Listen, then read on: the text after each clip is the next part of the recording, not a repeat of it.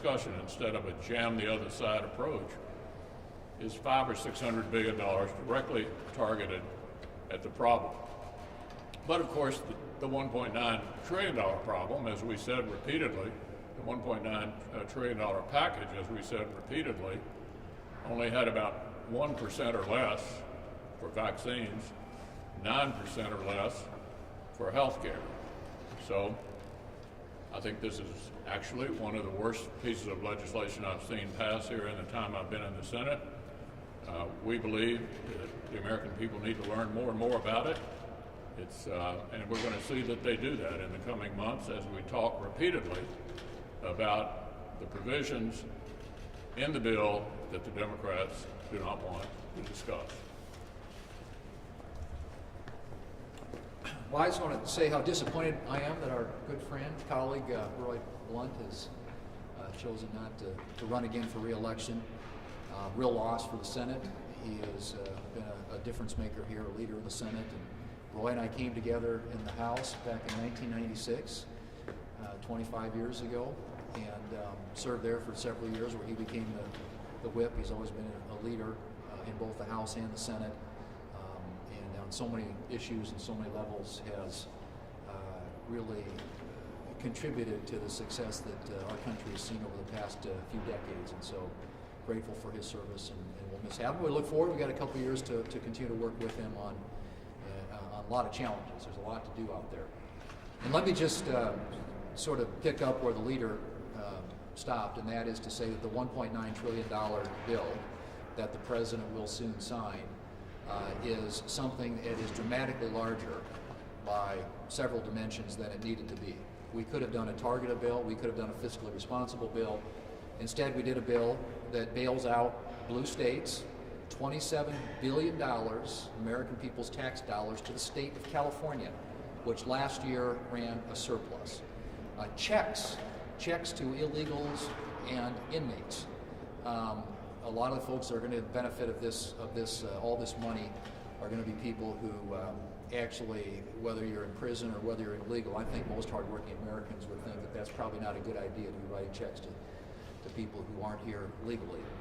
And you look at all the money that's spent on whether it's schools, most of which doesn't get spent until the out years. 5% gets spent this year, 95% in years like 27, 28, which hopefully, we're hoping the pandemic's going to be long gone by then. But I just think there could have been something that we could have agreed on that would have provided additional money for vaccines. Vaccines is the most important thing that we could do right now, and instead the Democrats went down a path that literally had payoffs for all their special interest groups. They had the multi-employer pension plan bailout. That was an $86 billion price tag in this bill. And like I said, when the American people find out all the goodies that were tucked in there for special interest groups, I think they're going to decide, notwithstanding the fact that they might be getting a $1,400 check, that this was a real boondoggle and a bad use of their tax dollars. And if you're somebody who's working hard, the little provision that was added at the end, $10,000 basically tax credit or tax exemption for people who get UI benefits. And so if you're somebody out there who's working hard, who's trying to pay the bills, you've got to pay the taxes. But if you're on unemployment insurance, you get a $10,000 tax exemption for the unemployment benefits that you receive. Just a lot of stuff in there that begs the question about what were they thinking. But it was a liberal wish list. They've described it as the most progressive domestic legislation in a generation. It certainly lived up to that billing, but it was also a decision consciously made by the Democrat leadership, notwithstanding Republicans' efforts in the last year to get 5 coronavirus bills across the finish line, all with bipartisan support, to go one-party rule and load it up with a lot of their wish list agenda. And I think that's an unfortunate outcome for the American people. And I hope it's not a sign of things to come, because if it is, it's going to be very, very harmful to the country and very, very hard for the Congress, and particularly the United States Senate, to do the work the American people sent us here to do.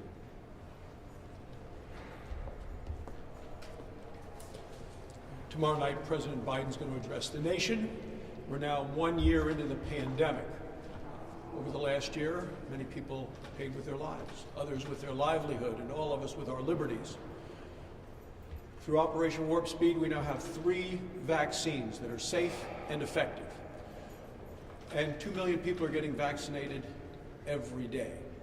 As a result, hospitalizations are going down, the death rate is going down, and as a doctor, I will tell you all of these are very good things. The economy is also recovering. Last week we heard that over 370,000 new jobs were added back into the economy. The things I hear about at home in Wyoming is in terms of across the nation, what about President Biden's promise to open all the classrooms by the end of the school year? Well, that's a promise that President Biden will never be able to keep. At the same time that the classrooms are closed across the country, the southern border is wide open. Take a look at the news stories that are coming out. It's obvious that in terms of unaccompanied minors, the beds are filled to capacity. In terms of adults coming into the country, many of them are infected currently with coronavirus. They're still allowed to be released into the United States. They're being tested positive, and then they get on a bus and carry that disease straight into the heartland of America. This has to stop. People need to make sure, the president needs to assure us that our classrooms will be open, our borders will be closed. That's what people want to hear about tomorrow night from the President of the United States. They want to hear what are his plans to secure the border, to open the classrooms, and to get America fully back in recovery. Well, I want to join Dr. Barrasso in encouraging people who are willing to have a vaccine to have a vaccine. There are a certain number of Americans today that just don't think vaccines are a good idea. I'm not one of them. I wouldn't be in favor of legislation that required them to have a vaccine, but having the vaccine is the way that gets our economy back to normal. It's the way that gets our families back to normal. It's the way that gets us interacting again like we'd like to interact.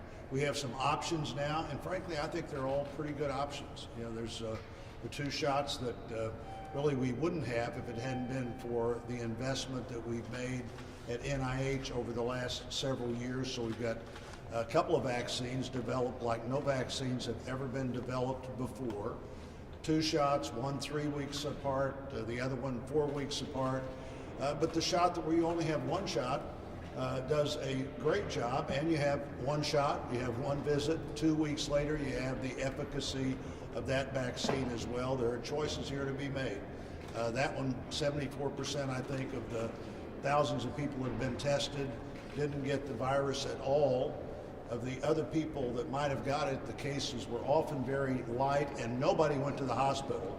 So if I was any American that had access to a vaccine, I wouldn't think that one of them was not as good as the other ones. I just try to find the one that met what I thought my schedule and my needs were at the time and get us all to a better place quicker. Operation Warp Speed actually worked. And so we've got vaccines that are about 2 years quicker than we would have had them otherwise. I think the president today just announced that he was going to exercise another 100,000 of the Johnson & Johnson vaccines that President Trump had already future contracted for, and has come up with some ways to produce those quicker than we might have otherwise. But if they weren't there, we wouldn't be producing them. You and I couldn't have them. I hope every American thinks seriously about the way out of the pandemic and looks at their vaccine options and takes advantage of them as soon as they can.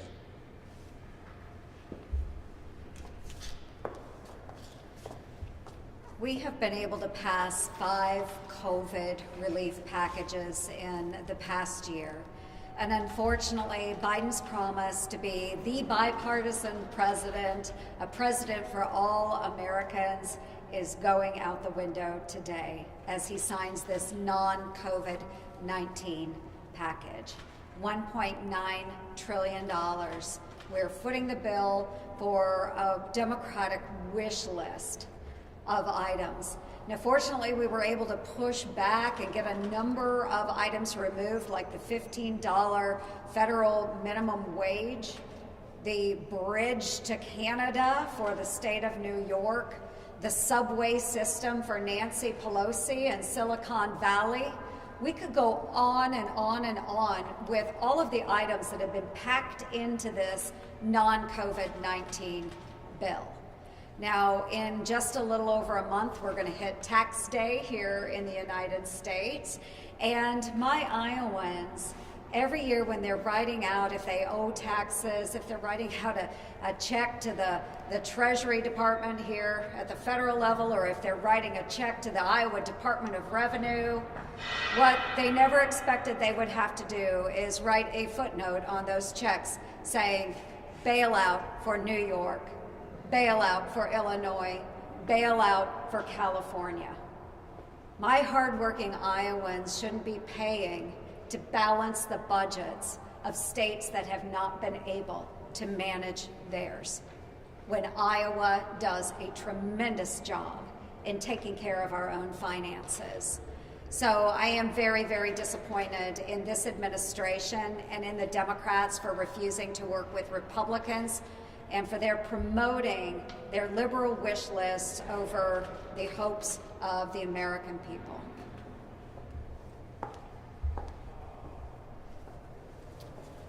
Well, I'm extremely disappointed in Nancy Pelosi and Chuck Schumer. This is a very partisan bill.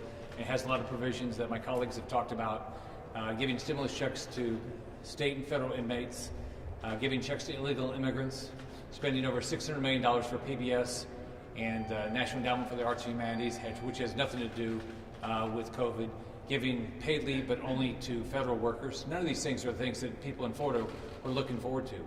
I think one thing the Biden administration really has to focus on is the risk of what all this debt's going to do to us. We're sitting at $28 trillion worth of debt. This will increase our debt by at least $2 trillion. We're probably in a fiscal year that we're going to run $2 trillion deficit, where interest rates have already ticked up quite a bit since November. At 1.6%, that's like $480 billion a year just in interest expense. We've already seen gas prices go up in the last couple of months by over 50 cents a gallon. That's a big tax on the poor. So, but if we start seeing higher interest rates, it's going to push mortgage rates up, it's going to push car payments up, and on top of that, it's going to push inflation up, which is going to hurt the poorest families in our country. Leader McConnell. I know that no Senate Republican, as you all have made clear, support the American Rescue Plan. You've talked a lot about New York and California, but I'm wondering if you all have a sense of how it's impacting your respective states. So how much money, for instance, is going to Kentucky, and if the same protocol exists to help constituents in accessing those services from the rescue plan in your state, even though you personally don't support the legislation. Well, the governor of Kentucky pointed out that we didn't have a budget crisis. He predicted one. It didn't occur. And so the whole point we're trying to make here is this is wildly more expensive than the situation we find ourselves in now. Look back a year, the CARES Act was roughly $2 trillion. That was the heart of the pandemic. We had just shut down the economy. We were sending people home. And here we are a year later, the Democrats acting as if nothing has changed. And all the signs are that we're on the way out of this. And this is vastly more expensive than should have been approved at this juncture. This debt, as Senator Scott just pointed out, is continuing to pile up, and pile up. Larry Summers, Bill Clinton's Secretary of the Treasury, said, way too much. That's the point. We're doing damage to the future of this country by spending dramatically more money than we obviously need at this particular point, at which time the economy is coming back, people are getting vaccine. We're on the way out of this. We're about to have a boom. And if we do have a boom, it will have absolutely nothing to do with this $1.9 trillion. Leader McConnell, I'm curious what your thoughts are on National Guard remaining here and the fencing, and also on Honore's report, if you've seen it, and what your thoughts are. It asks for a lot of changes, sweeping changes, and that's going to need to be funded as well. Where do you come down on the need for that and the appetite for that? On the need for the Guard here? Yes. I think we've overdone it. There are no serious, I just checked early this morning, there have been no serious threats against the Capitol. I think we're way overreacting to the current need, and much like the 1.9 trillion, looking back at what happened January 6th, rather than where we are now. I'm extremely uncomfortable with the fact that my constituents can't come to the Capitol with all this razor wire around the complex. It reminds me of my last visit to Kabul. This is the capital of the United States of America.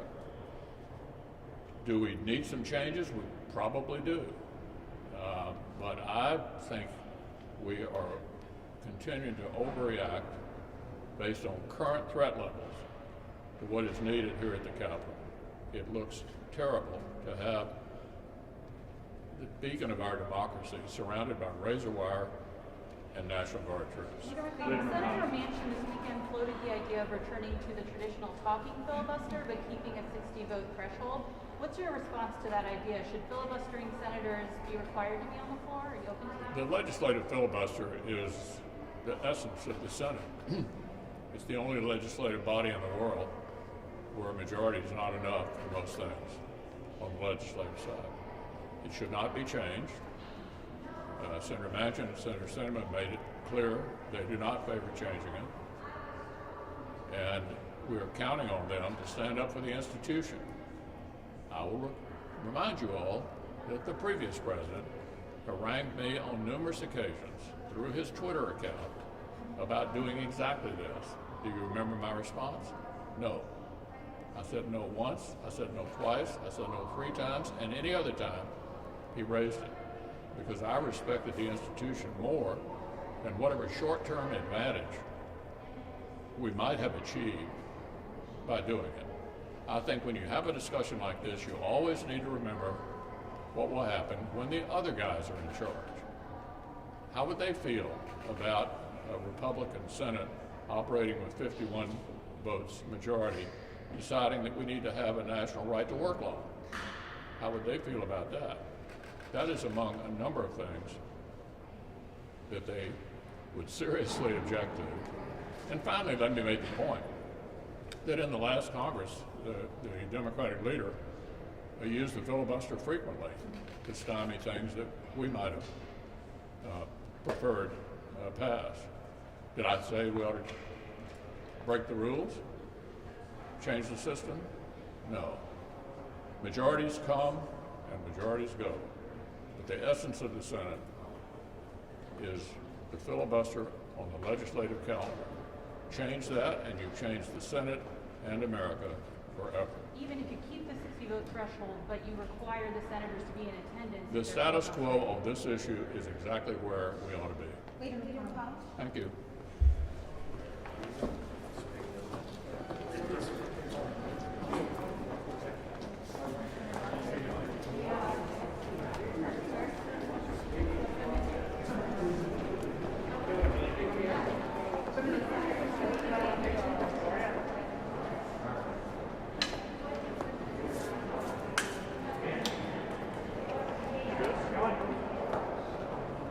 You gonna shout, Chris? I'm just listening. Speak up.